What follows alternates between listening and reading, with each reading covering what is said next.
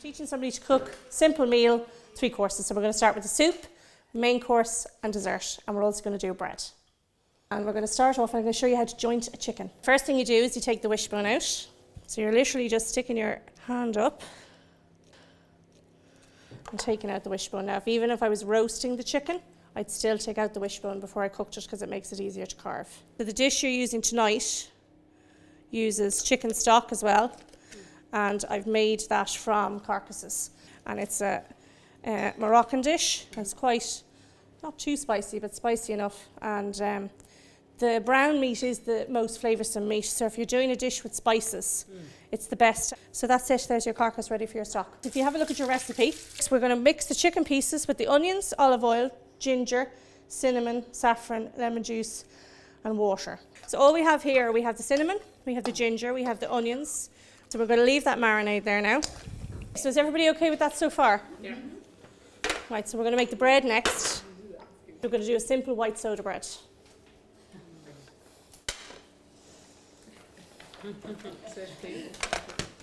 Now when you're making bread, there's 3 different ways of rising it. You can rise it with a natural yeast.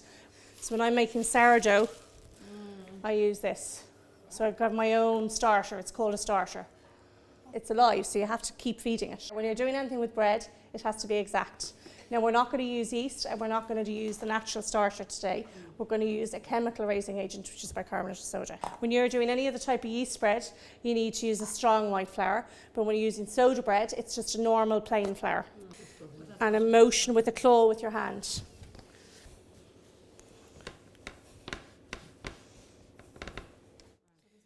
Deep crosses and into the oven. With the chicken, we have the topping, okay? And this is the garnish. So we're mixing the honey and the rose water. You just have to do it slowly at first so that you don't send them halfway to China. Yeah, is it for something else? Do you feel they could do that? What we've done so far, yes. Anne-Marie? I actually do, Jenny. I'm just going to do a little bit now, just to make it crunchy.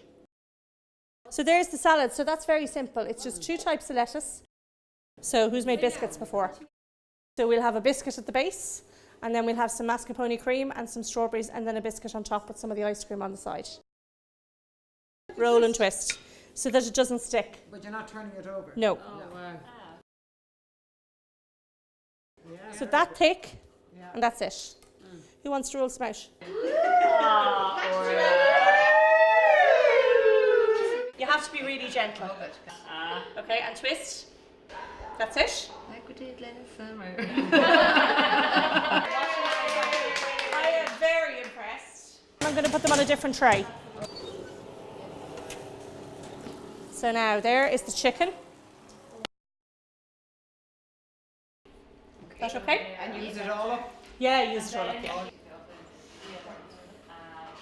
I tried to do with the menu tonight is have as few ingredients as possible.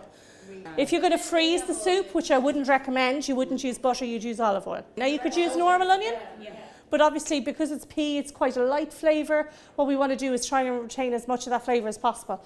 And because we've already used spring onions in the chicken, we might as well use the rest of the bunch in the soup, okay? So you're just letting that sweat. The chicken is nearly ready. Oh, look at that.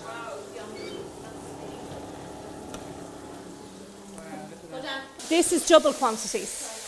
Sweat is cook without colour, sauté is cook with colour.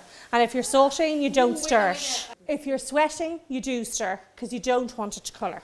So I don't want the spring onions to be brown, because what I'm looking for in this is a beautiful green, vibrant colour. You can see how it's cooked because it all looks cooked. And when you lift bread, and I know it sounds absolutely ridiculous, it should feel light if it's cooked. Okay. And it should sound hollow. And Anne, you're up. And then we're going to have our starter. So now I'm just going to put a little bit of cream at the bottom of each bowl.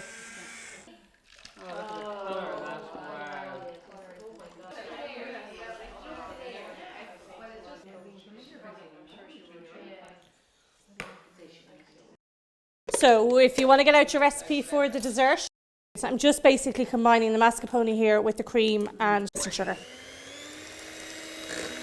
So because there's mascarpone in it, I don't need to be worried about over whipping it. A little bit of the mascarpone cream. You have to have cream in it. Wow. That looks divine. That looks just lovely. Roll upon roll. Yay. I get a star. You go star. Can I take your picture, Dee? No.